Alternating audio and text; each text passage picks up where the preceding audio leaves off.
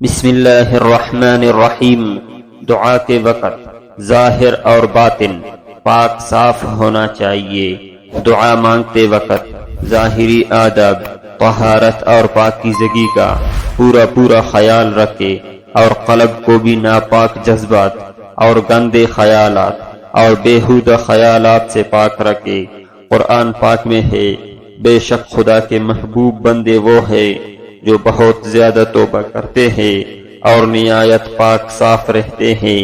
پہلے اپنے لیے پھر دوسروں کے لیے دعا کیجیے۔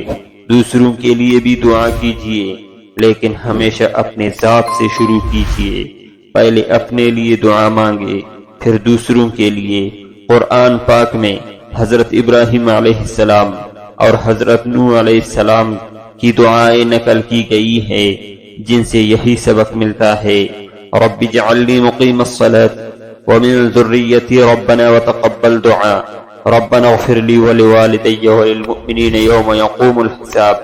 اے میرے رب، مجھے نماز قائم کرنے والا بنا اور میری اولاد کو بھی۔ پروردگار، میری دعا قبول فرما اور میری والدین اور سارے مسلمانوں کو اس دن معاف فرما جبکہ حساب قائم ہوگا۔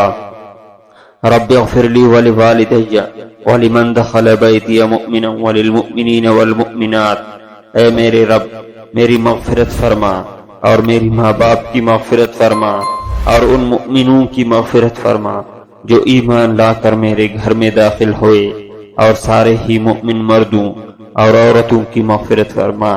حضرت ابی بن کعبہ رضی اللہ تعالی عنہ فرماتے ہیں کہ نبی کریم صلی اللہ علیہ وسلم جب کسی شخص کا ذکر فرماتے تو اس کے لیے دعا کرتے اور دعا اپنی ذات سے ہی شروع کرتے۔ اگر آپ امامت کر رہے ہیں تو ہمیشہ جامع دعا مانگے اور جمع کے صیغے استعمال کیجیے۔ قرآن پاک میں جو دعائیں نقل کی گئی ہے ان میں جامع دعا کے صیغے استعمال کی گئی ہے۔